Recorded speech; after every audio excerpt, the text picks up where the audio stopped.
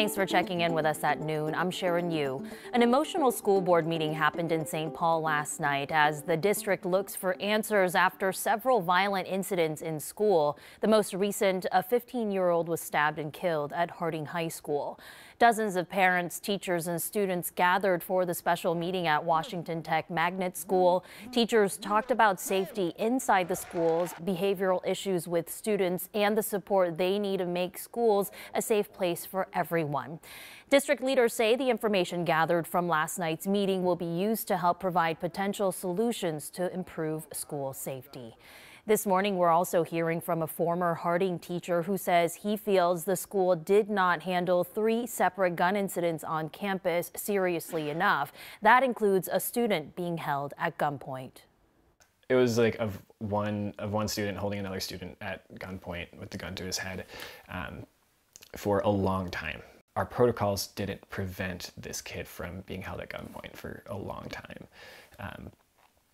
And we're lucky that no one died. We should be treating this with the same level of seriousness as if someone died, because if we don't treat it with that seriousness now, we're just waiting for it to happen.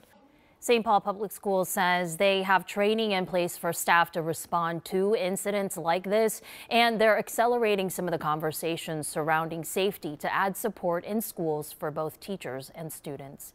Today, Hastings food service workers are on the picket line for the 3rd week. They also plan on rallying outside the Hastings school board meeting tonight, calling on leaders to take action. Last week, the district reached out to the union, where the union offered a compromise deal to end the strike. But as of right now, there's still no agreement between the two sides. Tonight's rally starts at 6 o'clock. Right now, the world is celebrating Minnesota's Jessie Diggins. The St. Paul native is the first ever American cross-country skier to win an individual world title. She skied through the finish line in Slovenia yesterday. I race really, really hard. I'm just digging as deep as I possibly can, and I can't really feel my legs. Sometimes my vision narrows in. It's a crazy feeling, but I just kept asking myself, how do I want to feel when I cross the finish line? And I want to know that I've left it all out there and I couldn't possibly have tried any harder. And for me, that's the most satisfying feeling.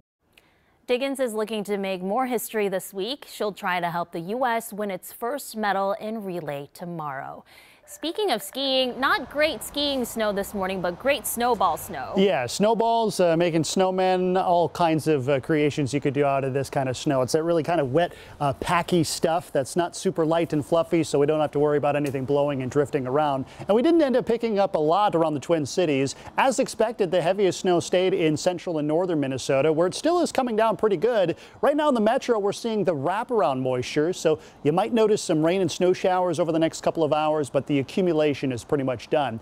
Big winners up in the northwestern corner of the state, including across the Red River. Fargo, North Dakota got over a foot. Lake Itasca with 9.5, Park Rapids with 7.5 inches of snow. And the further south you go, the less snow we saw. Sartell saw just under 4 inches, and Ramsey in the North Metro saw about 2 inches of snowfall. Again, still coming down in places, but nothing super heavy. Most of us will see an overcast sky, and some partial clearing is expected over the next couple of days, along with plenty of melting. 34 today, a little cooler as we head into Thursday, but nothing brutally cold in your 7-day forecast. In fact, 17 above, that's as cold as it gets, and that's what we'll wake up to early tomorrow morning. As we head into the weekend, overall, quiet, seasonably warm temperatures, average highs in the mid-30s, and we should exceed that at least several days, including Sunday into Monday. Next chance for some snow showers, that's on Monday, but right now, Sharon, it does not look like a big deal. Back to you. Hey, you almost started a snowball fight there. I got to be careful. I've done that before. I'm glad I'm inside.